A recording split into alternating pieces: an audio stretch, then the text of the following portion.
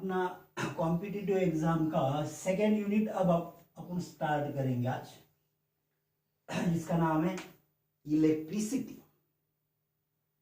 अब इलेक्ट्रिसिटी दो टाइप का होता है, एक स्टैटिक इलेक्ट्रिसिटी, दूसरा करंट इलेक्ट्रिसिटी। तो स्टैटिक इलेक्ट्रिसिटी का मतलब क्या? इलेक्ट्रिसिटी बोले कि अपने माइंड में एक ख्याल आता है, इलेक्ट्रिसिटी बोले तो क्या ख्याल आता है? इलेक्ट्रिसिटी यानी चार्ज। अब स्टैटिक इलेक्ट्रिसिटी, इसका मतलब the study of charge, the study of charge at rest. The study of charge at rest is known as static electricity. Static electricity को बच्चों इलेक्ट्रोस्टैटिक्स भी बोलते हैं। Static electricity is also known as what? Electrostatics. Yes. अब दूसरा है, electricity का दूसरा टाइप है current electricity. The study of charge at rest is known as static electricity, means electrostatics, and the study of charge whenever it is in motion, the study of charge whenever charge is in motion is known as current electricity. अगर charge motion में है और अपन उसका study करते हैं तो इसे कहा जाएगा बच्चों करंट इलेक्ट्रिसिटी। जनरली करंट ये वर्ड आता है मोशन के लिए, मोशन के लिए। अगर एयर मोशन में है, एयर फ्लो हो रहा, तो अपन एयर करंट बोलते हैं। हीट मोशन में है यानी हीट ट्रांसफर हो रहा, तो अपन क्या बोलते हैं? Heat current. ठीक है ना। अगर वाटर मोशन में है तो इसे क्या बोलेंगे अपन? Water current. ठीक है ना। तो मोशन के लिए ये वर्ड आता है करंट। अगर चार्ज मोशन में है और अपन उसका स्टडी करना चाहते हैं तो इसे क्या कहा जाएगा? Current electricity. तो आज अपन पहला पार्ट डिस्कस करने जा रहे हैं, स्टैटिक इलेक्ट्रिसिटी यानी कि इलेक्ट्रोस्टैटिक्स। अब इलेक्ट्रोस्टैटिक्स स्टडी करते समय सबसे पहले तो सवाल आता है कि ये चार्ज क्या चीज है? Charge is basic fundamental particle of the matter. It is fundamental particle of the matter, fundamental particle of the matter. Yes. तो चलो, चार्ज दो टाइप के होते हैं, एक पॉजिटिव चार्ज, दूसरा negative charge. Positive charge, negative charge. अब आपने एक कंसेप्ट स्टडी किया हुआ है, चार्जिंग, है ना, जिसे इलेक्ट्रिफिकेशन कहा जाता है। चार्जिंग को बच्चों क्या कहा जाता है? इलेक्ट्रिफिकेशन। अब ये इलेक्ट्रिफिकेशन तीन टाइप का है। Electrification is of how many types? Three types. कौन से थ्री टाइप्स है? पहला है इलेक्ट्रिफिकेशन बाय फ्रिक्शन, दूसरा है इलेक्ट्रिफिकेशन बाय कंडक्शन, तीसरा है electrification by induction. Electrification by induction. और ये लास्ट वाला इंपॉर्टेंट है, इलेक्ट्रिफिकेशन बाय इंडक्शन। क्योंकि इंडक्शन से अगर अपन इलेक्ट्रिफिकेशन यानी क्या करते हैं? चार्जिंग करते हैं एखादे सोर्स से, है ना, यानी इंडक्शन से अपन एखादे बॉडी को चार्ज किया यानी इंड्यूस किया यानी चार्ज किया यानी इंडक्शन किया। समझ में आ रही बात बच्चों? तो चार्जिंग करने के बाद उससे अपन दूसरे और बॉडीज चार्ज कर सकते हैं। और इसीलिए ये इंपॉर्टेंट है। कंडक्शन फ्रिक्शन, इससे अपन दूसरे बॉडीज को चार्ज किए भी तो एनर्जी का लॉस यानी एनर्जी लॉस यानी दूसरे फॉर्म में एनर्जी ट्रांसफर होने के चांसेस बढ़ते हैं। तो इंडक्शन इज इंपॉर्टेंट। अब इलेक्ट्रिफिकेशन बाय फ्रिक्शन का मतलब whenever one body is rubbed on the another body, whenever one body is rubbed on the another body like this, then one body loses the charge, another body gains the charge. इसका मतलब एक body charge का मतलब यहां पे electron, ठीक है ना। एक बॉडी इलेक्ट्रॉन लूज करेगा, दूसरा बॉडी इलेक्ट्रॉन गेन करेगा। एक बॉडी इलेक्ट्रॉन को क्या करेगा, लूज करेगा, दूसरा क्या करेगा, गेन करेगा। तो फ्रिक्शन, कंडक्शन, इंडक्शन, इसके बारे में अपन डिस्कस करेंगे, मगर उससे पहले चार्ज के बारे में और कुछ जानते हैं। चार्ज के ये दो important properties, that is quantization of charge, conservation of charge. Quantization of charge ये बहुत इंपॉर्टेंट कंसेप्ट, ध्यान में रखना। चार्ज ऑलवेज एग्जिस्ट,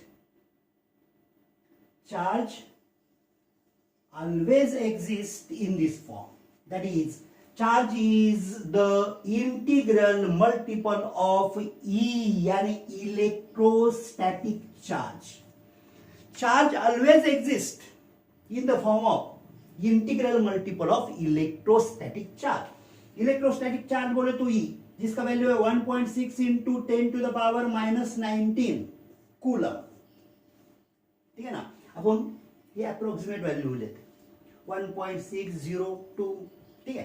तो 1.6 into 10 to the power minus 19 coulomb, this is electrostatic charge. Charge always exist in this form, that is integral multiple of electrostatic charge, that is Q is equals to plus or minus NE.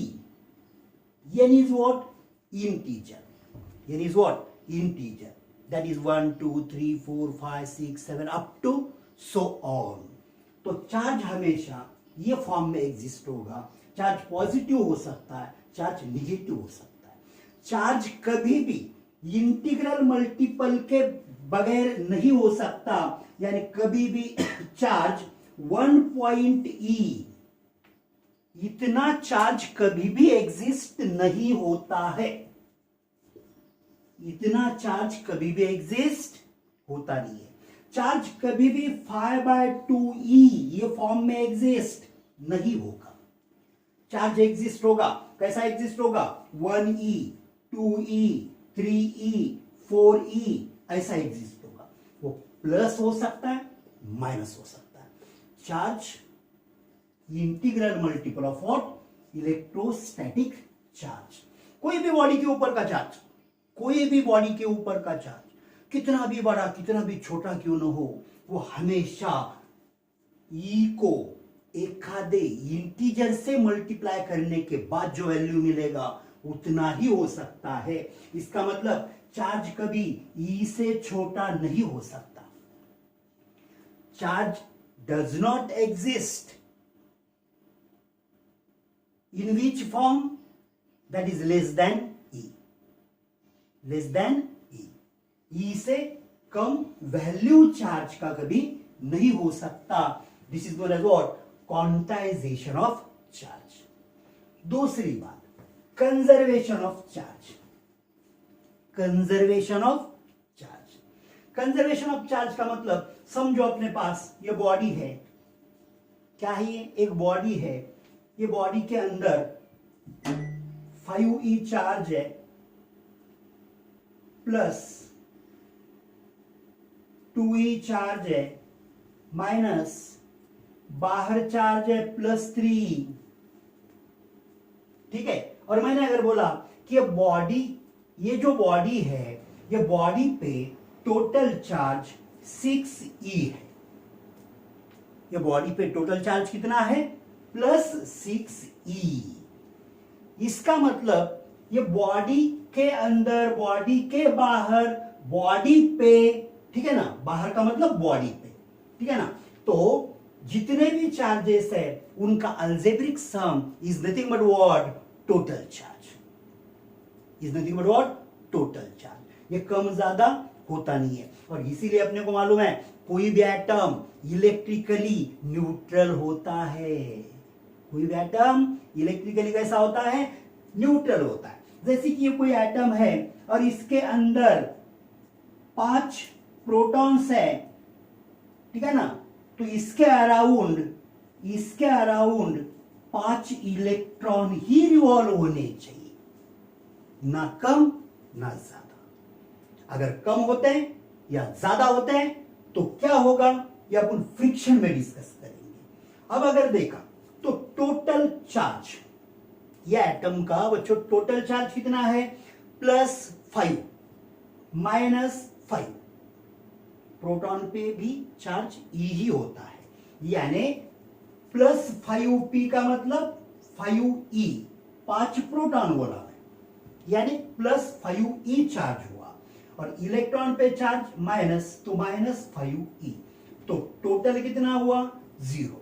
तो ये atom का total charge कितना है, 0, which is nothing but what, algebraic sum of the charges. This is known as what, conservation of charge. This is known as what, conservation of charge. अब अपन discuss करेंगे electrification by friction, electrification by conduction, electrification by induction. Electrification by friction, तो मैंने आपको बोला था, क्या बोला था, whenever one body is rubbed with another body, then one body loses the electron and another body gains the electron। तो फिर क्या होगा, ध्यान देना। अभी थोड़ी देर पहले मैंने आपको बोला एटम इलेक्ट्रिकली न्यूट्रल है, एटम कैसा है, इलेक्ट्रिकली न्यूट्रल है। अब अगर इलेक्ट्रिकली न्यूट्रल है, यानी इसका मतलब क्या बोला था मैं आपको अभी थोड़ी देर पहले, कि समझो इसके अंदर 5 प्रोटॉन है, यानी पॉजिटिव चार्ज है 5, और बाहर इलेक्ट्रॉन रिवॉल्व हो रहे कितने, 5, यानी निगेटिव चार्ज है 5, तो टोटल चार्ज बन गया 0। अब दूसरा एक एटम है, दूसरे एक आधे बॉडी का एटम है, समझो इसके अंदर 10 प्रोटॉन्स है, 10 प्रोटॉन्स है, यानी चार्ज हुआ +10, बाहर इलेक्ट्रॉन कितने रिवॉल्व होंगे, यस 10, यानी बाहर चार्ज -10, ई यानी इलेक्ट्रोस्टैटिक चार्ज। अब फ्रिक्शन में क्या होता है, whenever one body is rubbed with the another body, एक बॉडी दूसरे बॉडी के साथ अपन ऐसा घिसते हैं, रब करते हैं, उनका फ्रिक्शन करते हैं, तो जो बॉडी के अंदर के इलेक्ट्रॉन्स न्यूक्लियस के साथ लूजली बाउंड रहते हैं, कैसे रहते हैं बच्चों, लूजली बाउंड, वो बॉडी के इलेक्ट्रॉन्स वो न्यूक्लियस को छोड़ के दूसरे बॉडी के ऊपर जाते हैं, दूसरे बॉडी के ऊपर जाते हैं। तो फिर क्या होगा, समझो कि ये बॉडी के 2 इलेक्ट्रॉन ये बॉडी के ऊपर आ गए, कितने इलेक्ट्रॉन आ गए बच्चों, 2 इलेक्ट्रॉन, तो यहां 2 इलेक्ट्रॉन कम हो गए। अगर 2 इलेक्ट्रॉन कम हो गए तो अब यहां बचे कितने इलेक्ट्रॉन, सिर्फ 8। अब इधर 2 इलेक्ट्रॉन अगर आ गए तो ज्यादा इलेक्ट्रॉन हो गए, अब यहां इलेक्ट्रॉन हो गए कितने बच्चों, 7। वेरी गुड, कितने इलेक्ट्रॉन हो गए, 7। अब थोड़ी देर पहले अपन ने कंजर्वेशन ऑफ चार्ज स्टडी किया, total charge on the body is algebraic sum. अब ये बॉडी के ऊपर, ये पहले बॉडी के ऊपर टोटल चार्ज कितना हो गया, +5e -7e, यानी -2e। दूसरे बॉडी पे चार्ज कितना हुआ बच्चों, +10e -8e, यानी +2e। इसका मतलब दूसरे बॉडी पे अब नेट चार्ज है कि नहीं है, अरे है कि नहीं? कितना है नेट चार्ज? +2e। ये बॉडी के ऊपर भी नेट चार्ज है, कितना? -2e। क्यों? क्योंकि इसको 2 इलेक्ट्रॉन मिले और इसने 2 इलेक्ट्रॉन लूज किए, लॉस हुआ इसके 2 इलेक्ट्रॉन का। तो क्या बात समझ में आ गई? ये बॉडी बन गया निगेटिवली चार्ज, ये बॉडी बन गया पॉजिटिवली चार्ज। कौन पॉजिटिवली चार्ज बना? जिसने इलेक्ट्रॉन लूज किए वो पॉजिटिवली चार्ज बनता है, और जिसने इलेक्ट्रॉन गेन किए वो निगेटिवली चार्ज बनता है। अब यहां पे ऐसे तरीके का एमसीक्यू होता है बच्चों। बोले ये बॉडी का मास कम होगा, ज्यादा होगा, उतना ही रहेगा? नहीं बता सकते। 4 ऑप्शंस रहते हैं अपने पास। पहला ऑप्शन, ये बॉडी को अपन ए बोलेंगे, ये बॉडी को अपन बी बोलेंगे। अब आपसे ये 2 बॉडी में से कौन से भी एक बॉडी के ऊपर सवाल पूछा गया, after the friction the mass of body B, the mass of body B. सवाल क्या है? सवाल क्या है? Mass of body B is, mass of body B is. अब बोले इंक्रीज होगा, बोले डिक्रीज होगा, बोले कांस्टेंट रहेगा, बोले नहीं बता सकते। है कि नहीं? नहीं बता सकते। तो देखो, सोचो थोड़ा, सोचो क्या हुआ। ये बॉडी के 2 इलेक्ट्रॉन चले गए, है ना? है ना? समझो एक आधा व्हीकल है और वो व्हीकल के अंदर पूरे 20 लोग हैं और 20 में से 2 लोग चले गए, तो व्हीकल का मास कम होगा कि बढ़ेगा? यस। क्या होगा? कम होगा, डिक्रीज होगा। बोले अरे इलेक्ट्रॉन चले गए तो क्या हुआ? इलेक्ट्रॉन भी चले गए तो इलेक्ट्रॉन को मास है, कितना भी स्मॉल क्यों ना हो, कितना भी स्मॉल क्यों ना हो, मगर इलेक्ट्रॉन को मास है, तो इसका मास कम हो गया। ये बॉडी के बारे में पूछते तो इसका मास इंक्रीज हुआ। बहुत सारे स्टूडेंट को ये आंसर लगता है, बोले कांस्टेंट है। तो कांस्टेंट बच्चों नहीं रहेगा, इसे बोलते हैं इलेक्ट्रिफिकेशन बाय फ्रिक्शन। दूसरा है electrification by conduction. Electrification by what? Conduction. अब इलेक्ट्रिफिकेशन बाय कंडक्शन ये क्या कंसेप्ट है? इलेक्ट्रिफिकेशन बाय कंडक्शन यानी चार्जिंग बाय कंडक्शन। देखो देखो, ध्यान देना, ये एक बॉडी है, एक दूसरा बॉडी है, ठीक है ना? ये 2 बॉडीज है। अब ये 2 में से पहला बॉडी चार्ज है, समझो पॉजिटिवली चार्ज। एक बात ध्यान में रखना, हमेशा चार्ज आउटर सरफेस पे रहता है। कहां रहता है चार्ज? हमेशा आउटर सरफेस पे। यस, वेरी गुड, अच्छे से ध्यान में रखना। अब ये पॉजिटिवली चार्ज है, यानी बताओ पॉजिटिवली चार्ज यानी क्या बात है? अरे इसमें इलेक्ट्रॉन्स कम है, जिसने इलेक्ट्रॉन दिए वो पॉजिटिवली चार्ज बनेगा, जिसे इलेक्ट्रॉन मिले वो निगेटिवली चार्ज बनेगा। अब ये पॉजिटिवली चार्ज है ना? पॉजिटिवली चार्ज है यानी इसके पास इलेक्ट्रॉन्स कम है। अब इनको अपन जोड़ते हैं कोई कंडक्टिंग मटेरियल से, कोई कंडक्टिंग मटेरियल से जोड़ते हैं, तो इसका चार्ज, कुछ चार्ज कम होगा, कुछ चार्ज क्या होगा? कम होगा, यानी पॉजिटिवली चार्ज जो था ये इसका पॉजिटिव चार्ज कम होगा। क्या होगा? पॉजिटिव चार्ज कम होगा, कुछ ना कुछ तो पॉजिटिव चार्ज कम होगा। That depends upon, shapes of the two bodies, size of the two bodies, materials of the two bodies, ठीक है ना। अब चार्ज कम हुआ तो ये बॉडी के ऊपर चार्ज आ गया। अब ये वायर को अपन कट करते यहां से, तो बी के पास पहले चार्ज नहीं था, अभी चार्ज आया, तो ये फिनोमिनन को क्या बोलते हैं?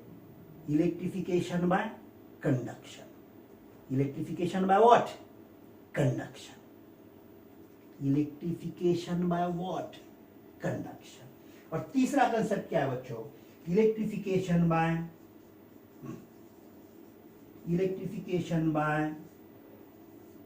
What? Induction. Electrification by induction. Friction में दो बॉडी का एक दूसरे के साथ कांटेक्ट था,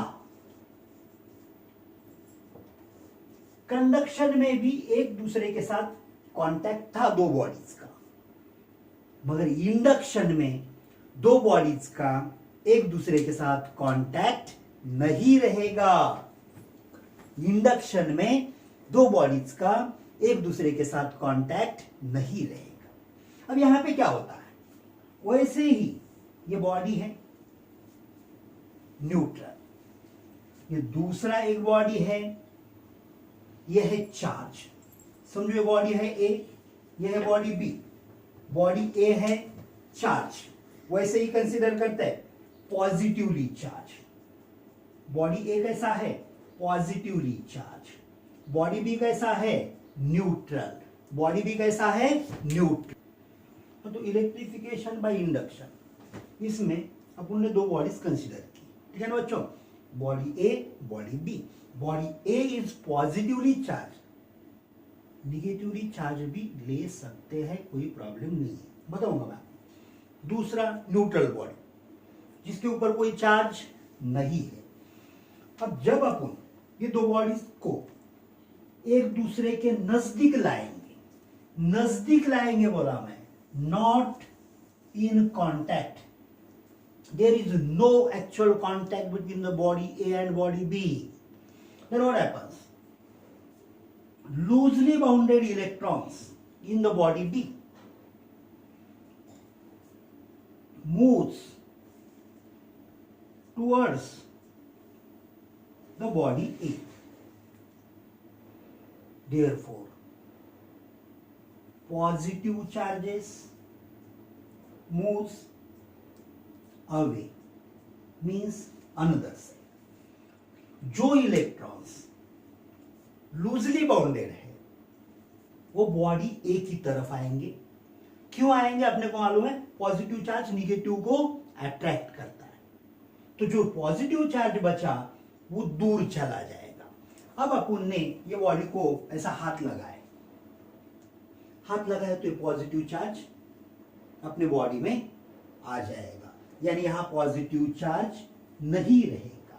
in reality positive charge move होता नहीं है। पॉजिटिव चार्ज का मतलब क्या है बच्चों? पॉजिटिव चार्ज का मतलब क्या है यहां पे समझा मैंने आपको। ये एटम जिसमें इलेक्ट्रॉन्स कम है, प्रोटॉन्स ज्यादा है, और प्रोटॉन कभी मोशन में नहीं आएगा, यानी मूव नहीं होगा। तो फिर एक्चुअली क्या होता है? अपने बॉडी में से इलेक्ट्रॉन जाएंगे, जितने इलेक्ट्रॉन्स वो प्रोटॉन को कम थे, इधर गए थे, उतने इलेक्ट्रॉन्स वो प्रोटॉन को मिलेंगे, तो प्रोटॉन बन जाएगा न्यूट्रल, ठीक है ना। मगर अपन क्या बोलते हैं कि पॉजिटिव चार्ज अपने बॉडी में से चला जाएगा, ठीक है, कोई बात नहीं। अब बॉडी ए को अपन हटाते दूर लेके जाते, अगर बॉडी ए को हटाया दूर लेके गया तो ये निगेटिव चार्ज इक्वली डिस्ट्रीब्यूट होगा। कहां? आउटर सरफेस पे। कहां? आउटर सरफेस पे इक्वली यूनिफॉर्मली डिस्ट्रीब्यूट होगा, यानी बॉडी बी जो पहले न्यूट्रल था अब बन गया निगेटिवली चार्ज। अब मैं आपको बोला ये बॉडी ए अपन निगेटिवली चार्ज भी ले सकते हैं। अगर बॉडी ए निगेटिवली चार्ज लिया, इंडक्शन की वजह से बॉडी भी बन जाएगा पॉजिटिवली चार्ज। इंडक्शन की वजह से बॉडी बी कैसे बन जाएगा, पॉजिटिवली चार्ज। देखो कैसे, ये बॉडी ए लिए निगेटिवली चार्ज, बॉडी बी लिए न्यूट्रल। अब यहां पे क्या होगा बच्चों, क्या होगा यहां पे, इधर पॉजिटिव चार्ज आएगा, इधर निगेटिव चार्ज आएगा, इधर आके अपन ने ऐसा हाथ लगा दिए ये बॉडी को, कहीं से भी हाथ लगाओ तो क्या होगा, अब इलेक्ट्रॉन्स अपने बॉडी में से अर्थ की तरफ चले जाएंगे, यानी यहां कोई इलेक्ट्रॉन नहीं बचेगा, ठीक है ना। अब ये जो पॉजिटिव चार्ज बचा ये यूनिफॉर्मली डिस्ट्रीब्यूट होगा over the surface of body B. और अब बॉडी ए को यहां से हटाते हैं तो बॉडी बी बन गया positively charge without any actual contact. Such a type of charging or electrification is known as electrification by induction. Electrification by what? Induction. अभी electrification by induction में जो induced charge है वो induced charge दिया जाएगा by using the formula Q dash is equal to, या तो इसे अपन बोलेंगे QI is equal to, QI का मतलब induced charge is equal to minus Q in bracket 1 minus 1 by K, 1 minus 1 by K। अब metal के लिए अगर देखा, K का मतलब है बच्चों डाई इलेक्ट्रिक कांस्टेंट। ये क्या चीज है अपन डिस्कस करने वाले हैं, ठीक है। अब मेटल के लिए K का वैल्यू होता है इन्फिनिटी। थोड़ी देर के लिए अच्छे से ध्यान में रखना, मेटल के लिए K का वैल्यू होता है इन्फिनिटी। यहां अगर इन्फिनिटी रखा तो 1 by infinity 0, 1 minus 0 1, so QI is equal to what, Q। यानी इंड्यूस्ड चार्ज उतना ही होगा, मैक्सिमम होगा अगर मेटल का बॉडी है तो। इसका मतलब ये बॉडी निगेटिवली चार्ज है -10 कूलम, तो इसके ऊपर ये मेटल का अगर बॉडी है तो इसके ऊपर चार्ज आएगा +10 कूलम। और मेटल के अलावा कोई भी मटेरियल का बॉडी होगा तो K का वैल्यू इन्फिनिटी नहीं होगा, कम होगा। और अगर K का वैल्यू कम हो गया तो QI का वैल्यू Q के बराबर नहीं आएगा, Q से थोड़ा कम आएगा। जैसे कि समझो ये जो बॉडी है ये मेटल का नहीं है, इसका डाइलेक्ट्रिक कांस्टेंट इन्फिनिटी नहीं है। अब ये बॉडी के ऊपर चार्ज है समझो +20 कूलम, तो बताओ ये बॉडी के ऊपर क्या चार्ज -20 कूलम आएगा या ग्रेटर देन -20 कूलम आएगा, क्या less then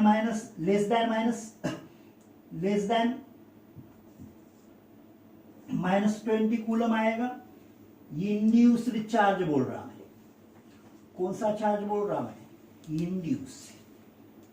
negative sign indicates only direction, ये अपने को अच्छे से मालूम है। चार्ज चलो बताओ, बी बॉडी को कितना चार्ज आएगा, ए पे है +20, बी बॉडी मेटल का नहीं है। इसका मतलब बी के लिए डाइलेक्ट्रिक कांस्टेंट इन्फिनिटी से कम है, तो इंड्यूस्ड चार्ज इधर +20 कूलम था ए बॉडी पे, तो क्या बी पे -20 कूलम आएगा या उससे ग्रेटर आएगा या उससे स्मॉलर आएगा। यस, लास्ट ऑप्शन, यहां पे चार्ज कम आएगा। कैसा आएगा, कम।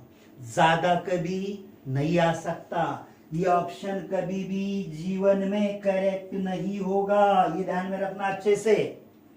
हाँ, पहला हो सकता है या तो तीसरा हो सकता है। अब पहला कब हो सकता है, अगर बी बॉडी मेटल का है तो, मैंने यहां पे आपको बता दिया। ठीक है ना बच्चों, अब अगला डिस्कशन नेक्स्ट लेक्चर में करेंगे।